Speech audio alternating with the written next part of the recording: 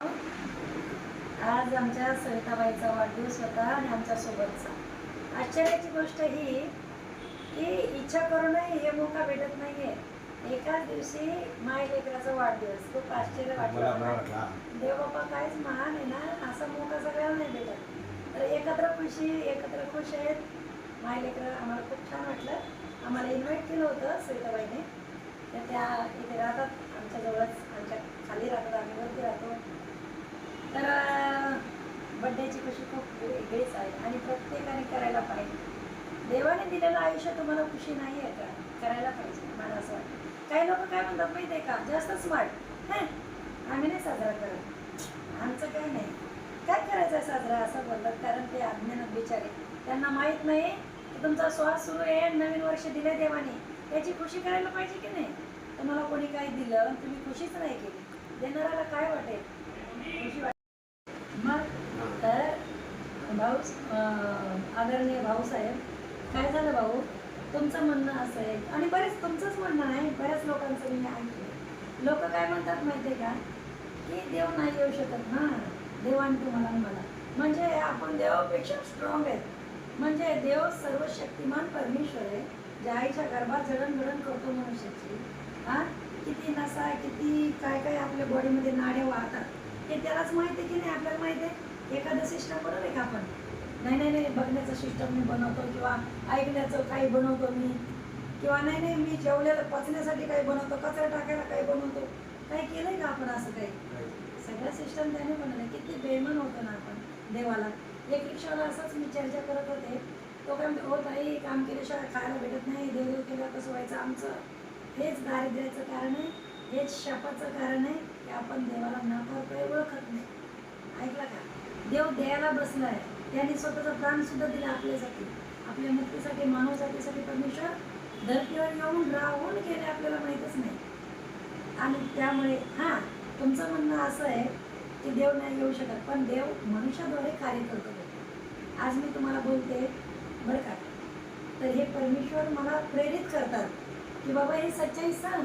कारण देवाचं वचन सांगते की माझी प्रजा ज्ञान नसल्यामुळे नाश होत आहे. ज्ञान, जरा हिंदीचं मराठीचं हे करते. ज्ञान न होने के कारण मेरी प्रजा नाश हो रही है. त्यांना माहीतच नाही आहे की आशीर्वादाचं काय. आता हे लेकरांना आशीर्वाद पाहिजे, बघा तुला दीर्घायुष्य पाहिजे का? परमेश्वराचं वचन काय सांगते माहिती आहे? हे आईचं आहे, आज्ञापाळ, म्हणजे तू सुखी होशील आणि तुला दीर्घायुष्य प्राप्त होईल. किती सोपी गोष्ट आहे. फक्त मम्मी म्हणते ना, बाळा तुझ्या तब्येतीसाठी हे खा, खायचं. बाळा तू पाणी पे, चांगलं प्यायचं, तुझं भलं होणार. काय म्हणणं भाऊ तुमचं? मुलाखत. माझं म्हणणं आहे की देव काही आपल्याला प्रत्यक्ष आपल्याच करावं लागतं, असं तुमचं म्हणणं आहे. हां. तर प्रत्येक लोक असेच म्हणतात, देव काय येणार का, देव काय आमचं काम करणार का, आमची रिक्षा चालवला येणार का? अरे तुम्हाला किक मारायला पाय दिले, हात दिले धरायला, बुद्धी दिली, अजून देवाने तुमची ऍक्टिव्हिटी, ते सांधे कशासाठी दिले तुम्हाला, हालचाल करायला दिलेत का नाही? मग असं कसं आपण बोलू शकतो सांगा बरं.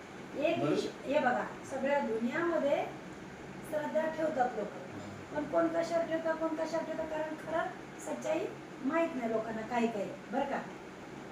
तर काय होतं भाऊ, बस एक ईश्वर आहे, ते काय का विचार त्यांच्या श्रद्धेने करणार का? ते फुलं वाहतात, ते हार देतात, ते काय काय करतात, त्यांचं ते प्रेम आहे ईश्वराविषयी. पण एक मेन काय, ईश्वराचीच करतात ना ते, एक की बाबा देवा मला सुखाचं ठेव, बरोबर आहे. बाकी मागायचं काही माहितीच नाही आपल्याला काय महत्वाचं आहे. देव बाप्पा खूप काय दिलंय आपल्यासाठी देवाने, हा आपल्याला माहितीच नाहीये. आता समज बघा, या लेकराला राजाचा मुलगा म्हणून माहित नाही, तो वागल कसा? कंगारासारखाच वागल ना, गरीबासारखाच, कारण त्याला माहीतच नाही मी राजाचा मुलगा आहे. जेव्हा त्याला कळेल की बाबा तू राजाचा मुलगा आहे, तो म्हणे अरे बापरे, मी राजकुमार आहे, मी का रडका चेहरा करून वागू, मी का बिचारासारखं बोलू, बरोबर आहे की नाही? बोलण्यात वागण्यात परिवर्तन होते की नाही? तसंच मी काही वर्षापूर्वी रडकी बाई होते. तुम्ही तर बघितलंय मला प्रत्यक्ष डोळ्यात, डोळे कोलकोल गेलेले, काळं झालेलं, पिगमेंटेशन वाढलेलं आणि बारीक होते. भाऊने बघितलं ना किती वर्षापासून होतं तुम्ही. तर हे कशामुळे? टेन्शन, माहिती नाही. देव म्हणतो की माझ्या लोक अज्ञानामुळे नाश होत आहेत. कळलं? आता बघा, आपल्या लोकांना सवलती आहे, तुम्हाला माहित नाही, तुम्ही बस बिना नोकरीचेच, कारण माहितच नाही तुम्हाला आम्हाला काय काय काय असतं. वर्षभर ना आपण कितीही खरेदी करा, पण आजच्या दिवसाला ना फुल नाही फुलाची पाकळी काही गिफ्ट दिलं तर माणसाला खूप चांगलं वाटतं. त्या बाईचा वाढदिवस आहे, मला माहित नाही, पण तिला आजकाल ॲडव्हान्समध्येच मी जाऊ द्या. तर खरंच प्रत्येकाने ना मला असं वाटतं बड्डेच्या दिवशी खुशी द्यायला पाहिजे. काही ना काही, एवढं तर कोणी भिकारी नाही की काही देऊ शकत नाही, एक बरोबर? चॉकलेट देऊन दे. पण किती आनंद होतो ना. काय कसं वाटतंय मामाने तुला गिफ्ट दिलं आणि हे माझ्यातर्फे तुला बेटा हॅपी बर्थडे.